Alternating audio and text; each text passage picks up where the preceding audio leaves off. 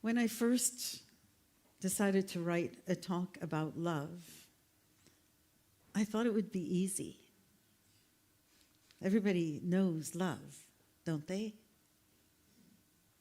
And yet I found it to be quite challenging. Not because there isn't enough to talk about, but because there is so much. The word love is vast. It can mean so many things.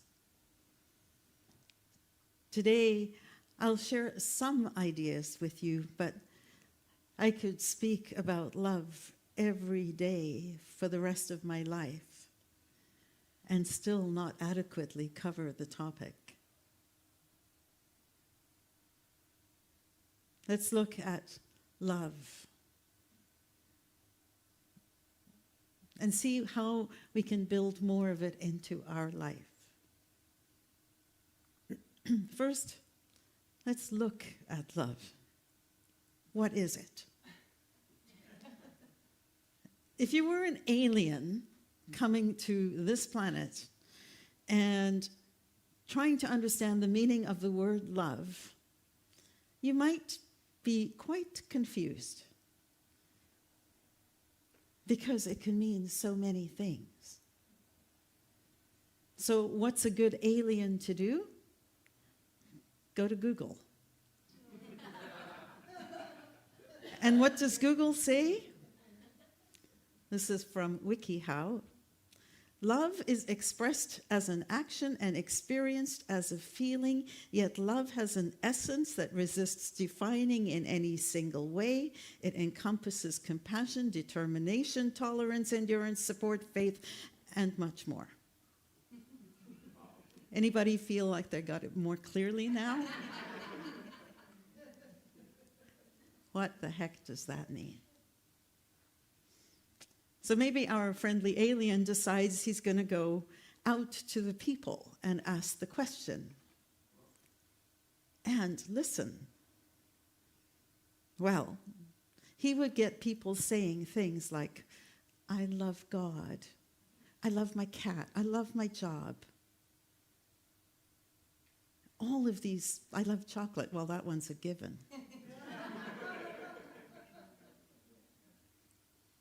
So it may get a little confusing. He may then go to songs. Love is a many-splendored thing. Love hurts. Can't help falling in love. I don't love you anymore. Love is divine. Love is a losing game. I love the way you look tonight. Love is blind. Love makes the world go round. Love is a battlefield. Does this make things any more clear? No. And yes. Because what we discover is that love, whether we say these things in our songs or we say, I love God, I love chocolate, I love TV, I love that Netflix show, whatever it might be, we realize that it's all the same thing, which is love is. Love is energy.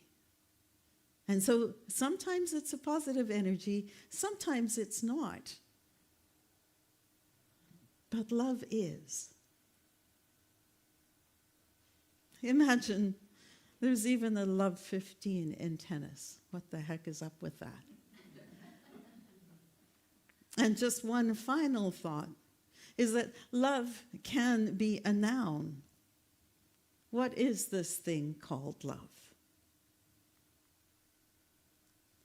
But it can also be an endearment. We just add a comma. What is this thing called love? So confusing. How do we define it then? Well, I think of it as a powerful energy that can bring people together and bring things together. What we know is that love has the ability to transform our lives. It has the ability to transform the lives of the people around us. It is a feeling which can form and it can transform. It connects us together. It attracts us to each other. It is a magnetic energy.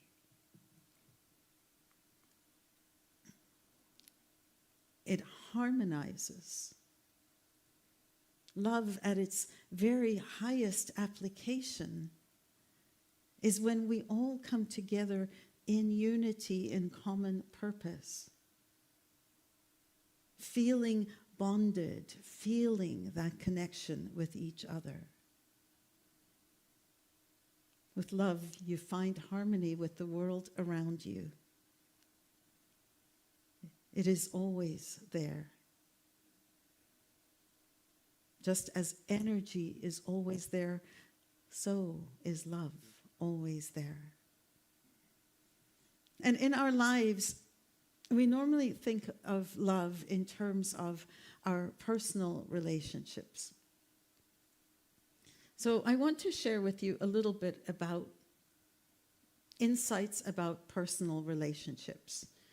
And as I was coming here today, I said to Walt in the car, I have too much information to share in one service. So I'm going to skip a couple of slides and move to information about how we each give and receive love. It is from a book called The 5 Love Languages by a man named Gary Chapman. So I'll just skip some of these quickly and we'll look at that another day. We'll do that in March as part of Lent when we talk about let's encourage nicer talking. I'll talk about that then. Okay. So Dr. Gary Chapman wrote this book called The 5 Love Languages. And what he did was he came up with this idea that we all of us universally need a feeling of connection, that we all love the feeling of belonging that comes from being part of a group, that feeling of belonging that comes from knowing that we matter, that we call love. And what he realized, though, is that sometimes people love each other in different ways. And that we each, even though we're all very unique, that we tend to fall into a predominant way that we prefer to give and receive the message that we are loved. And he calls these love languages. And basically what he's saying is that in order for a person with a certain love language, who has a certain love language, to feel that they are loved, they need to receive that language. They need to receive love in that way. And I'll try and explain it a bit more as I go. There are 5. The first one is words of affirmation. What is words of affirmation? That means that there are some of us who, when we hear a compliment, it just makes us feel wonderful.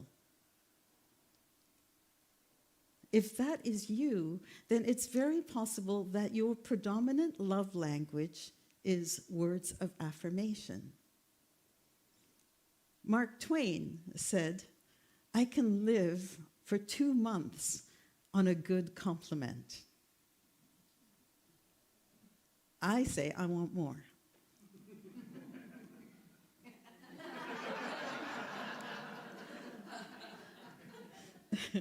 For those of you who are looking, I was staring at my husband there. What it means is that if your love language is words of affirmation, then it's more important that you hear something lovely than it is for you to receive something physical that is lovely. This is a good thing to know for yourself and potentially the people with whom you're in relationship. It's more important then, if your love language is words of affirmation, then somebody cutting the grass for you or bringing you supper is just going to be like that's nice. It's not going to feel quite so powerful as the compliment. For some of us, the love language is quality time. So this is the person who, don't bring me flowers, don't bring me chocolate, don't tell me that you love me, spend time with me. And that you may identify with that idea. What's more important to someone whose love language is quality time is the time together.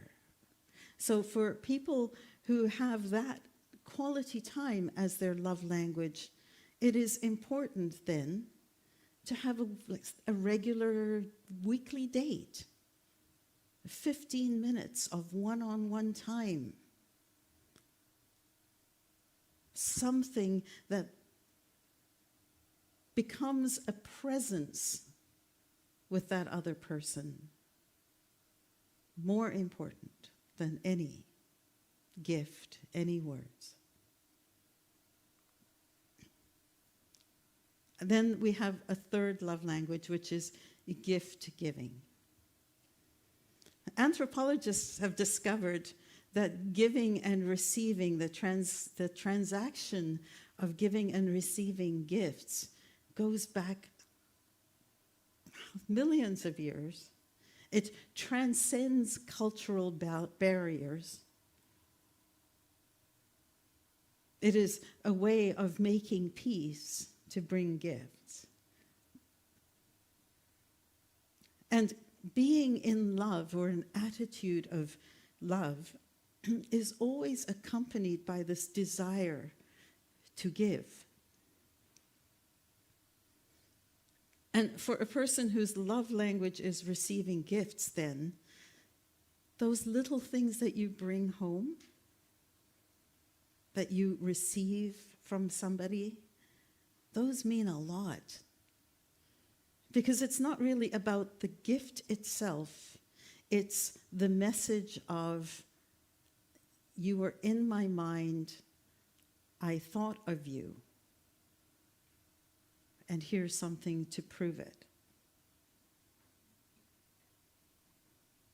What's interesting is that the gift itself is not as important as that message, the message of, you matter to me and I thought of you. And what's really interesting in the research is that it didn't matter the size of the gift. So it could be a chocolate bar and a trinket and a car and a trinket. In many ways, it ended up having about the same amount of staying power, which is really terrifying. And I'm happy to take the car. What's more important, though, is for someone whose love language is receiving gifts, those little things can mean a lot. So you would want to do that frequently. The next one is gifts of service.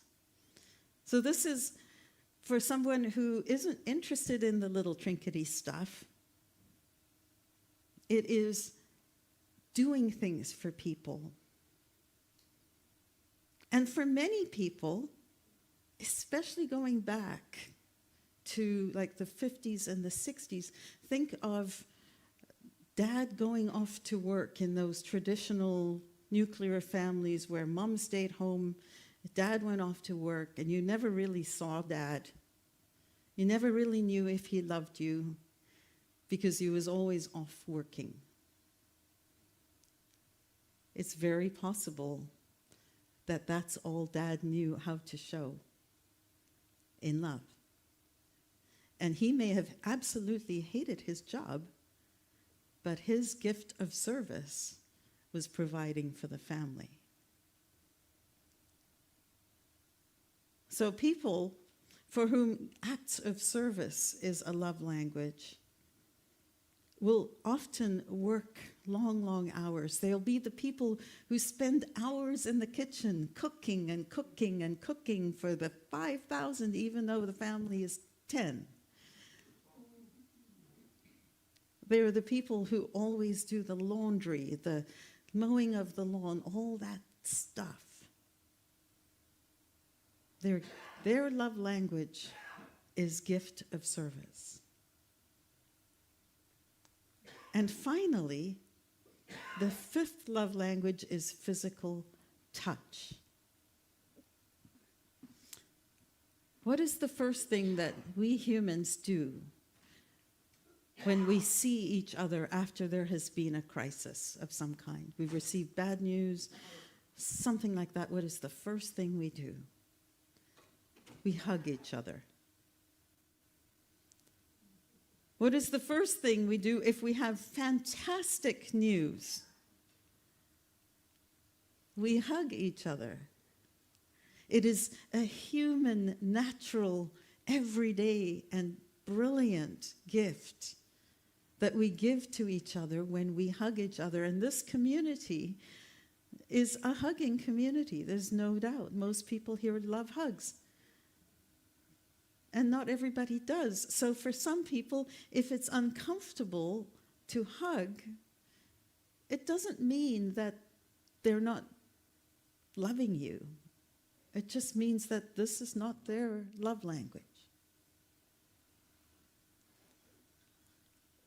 For those of us for whom physical touch is important, again, it doesn't have to be huge.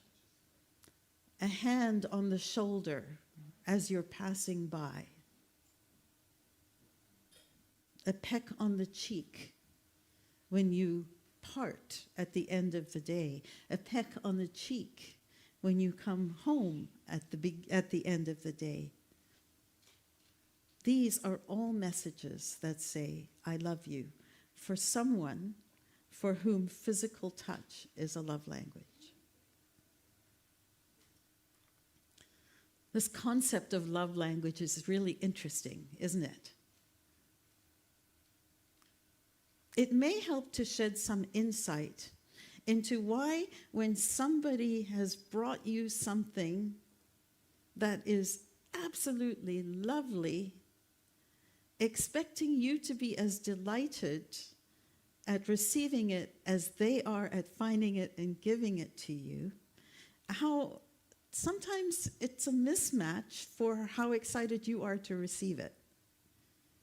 Because if your love language isn't giving and receiving gifts and isn't acts of service, then for you it's going to be, oh, that's nice.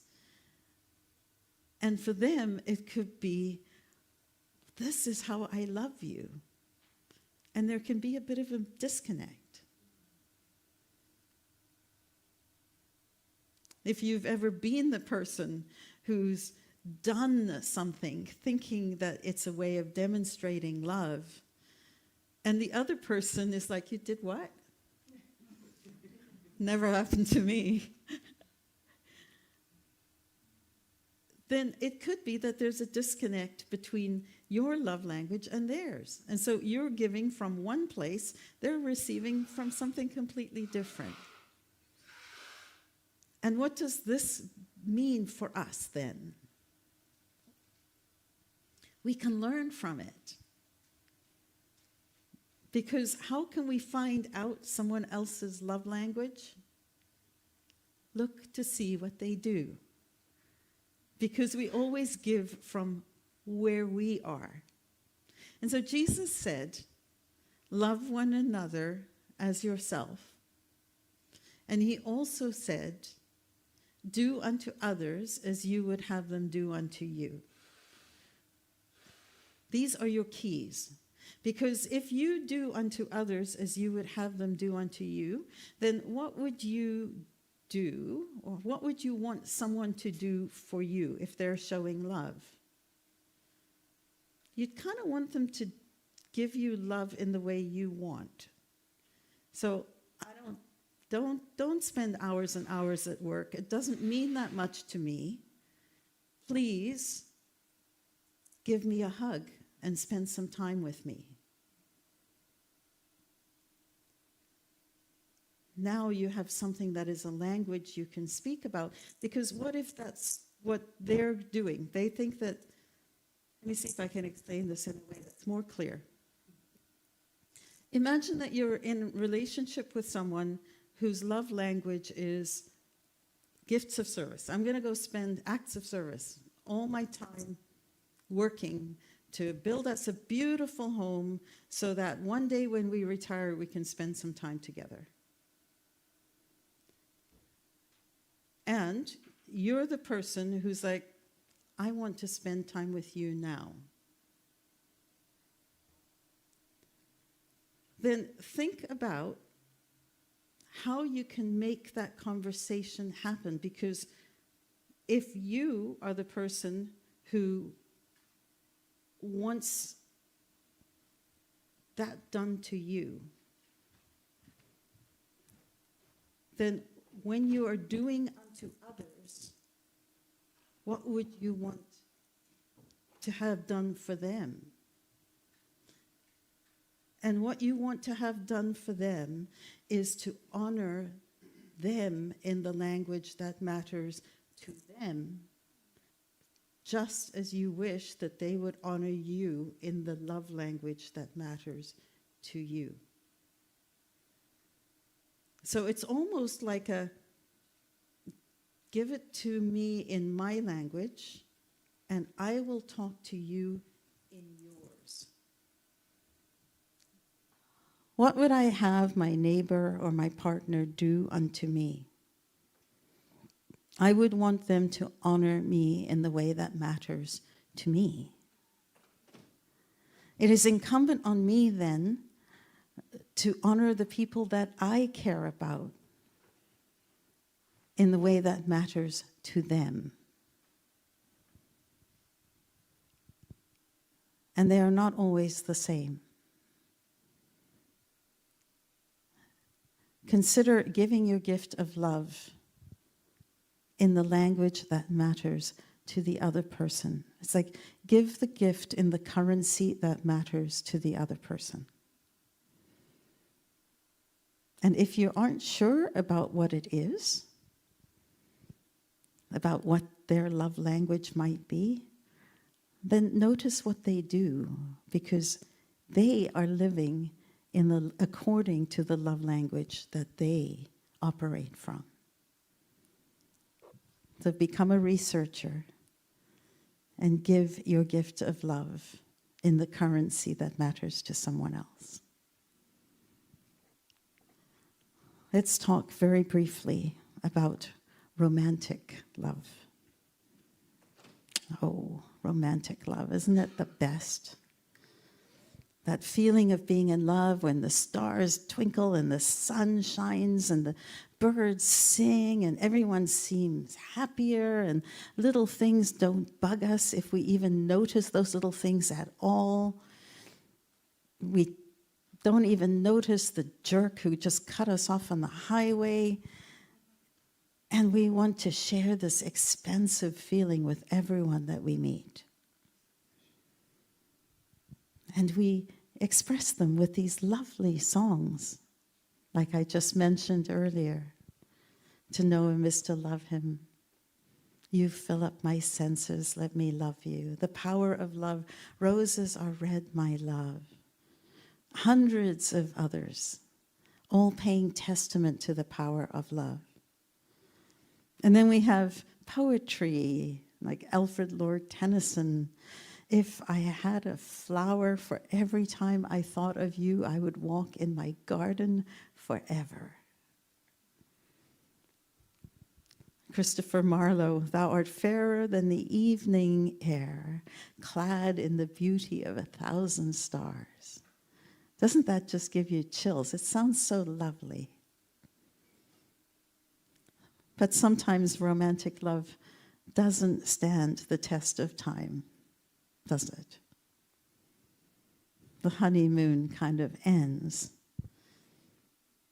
And that sometimes leads to real disappointment, because what happens when we're in love is that we pin our hopes and our dreams to this other person.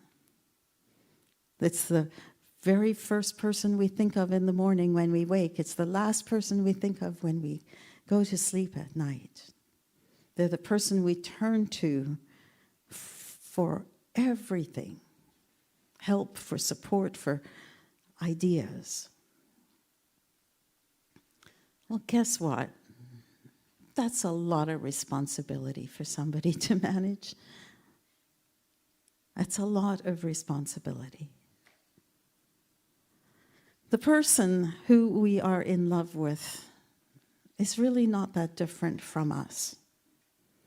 And that means that they are just as beautifully unique as we are, with just as many goofy idiosyncrasies as we have, and annoying habits that we have,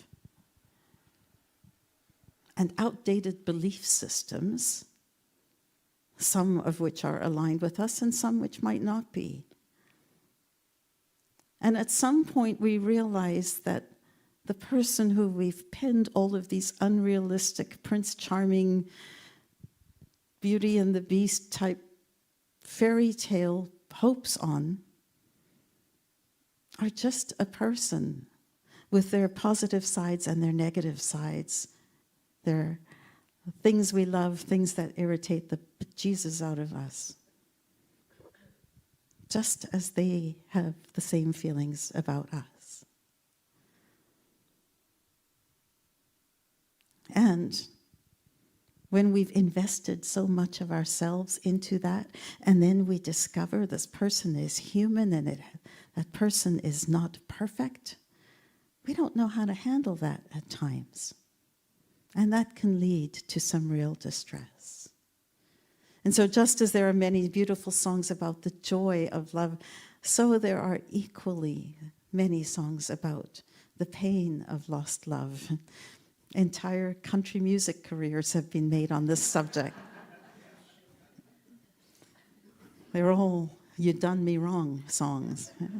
This is a song called "You Done Me Wrong." I said I loved you, but I lied. You lost that loving feeling. Where did our love go? And my favorite, kiss this. All people need love. So what is it about love that makes us want to be in it so much?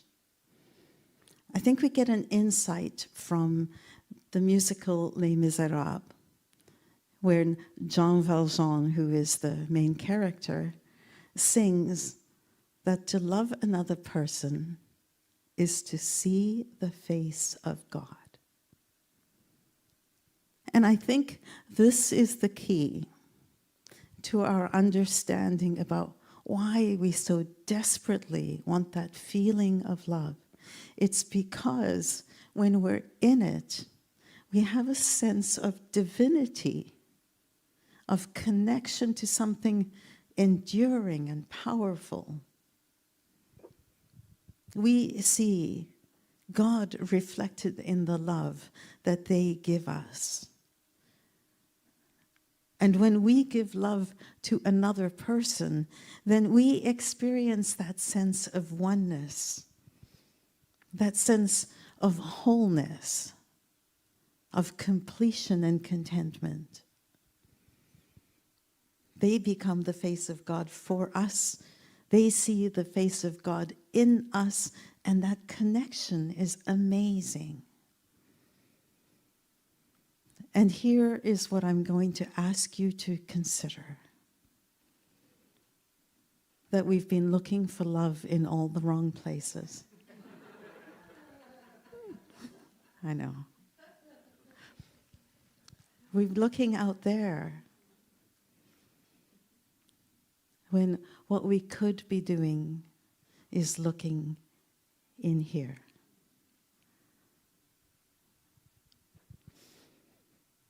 God is love, right? We say that. We are love. Are we not here to grow and express love?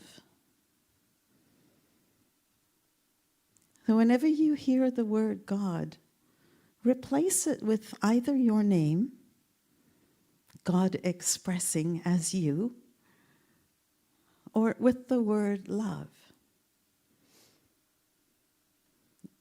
Charles Fillmore, the co-founder of Unity, said, your mission is to express all that you can imagine God to be. And if God is love, then your mission is to express love for yourself, then for others. You remember that movie, Sister Act, with Whoopi Goldberg? Many years ago. And what they did was they sang the song My Guy, nothing to be sing, whatever, I can't remember. Peter will sing it later. What they did in that musical was they changed the words from my guy to my God. And it was transformative for me. It was like, oh, now that makes more sense. And if God is like a trigger word for you, no problem. Choose love. Choose good. Choose something that is powerful and enduring, rather than some other human person who is inevitably going to disappoint you if you're going to give that much power over to someone who is just as human as you are.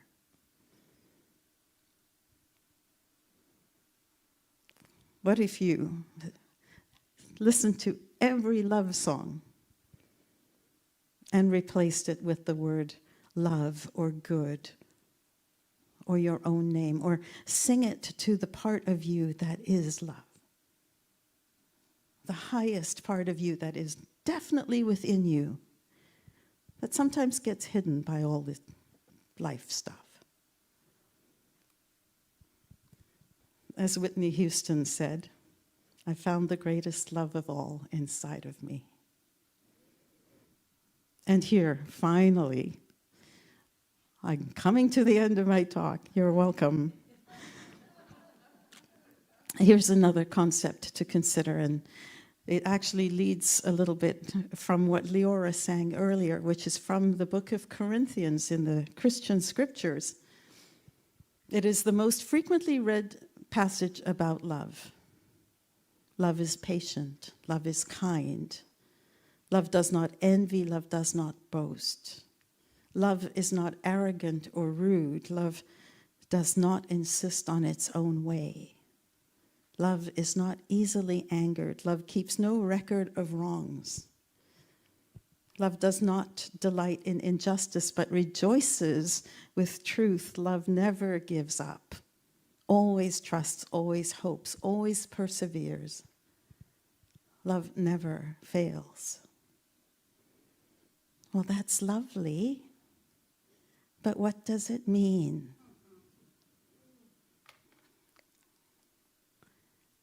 Replace the word love with your name and live with that.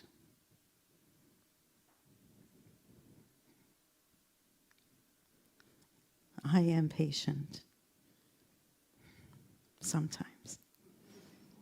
I am kind sometimes. I do not envy sometimes. I do not boast sometimes. This is a roadmap that we can all aim to move more towards. Today, Valentine's Day, every day.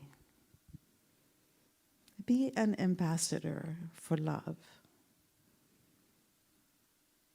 Aim to be more patient, more kind, less angry, less boastful, less insistent on your own way. And when you fail, and you will, love yourself. Treat yourself kindly and begin again. What is this thing called love? It is the thing called life. I bless you.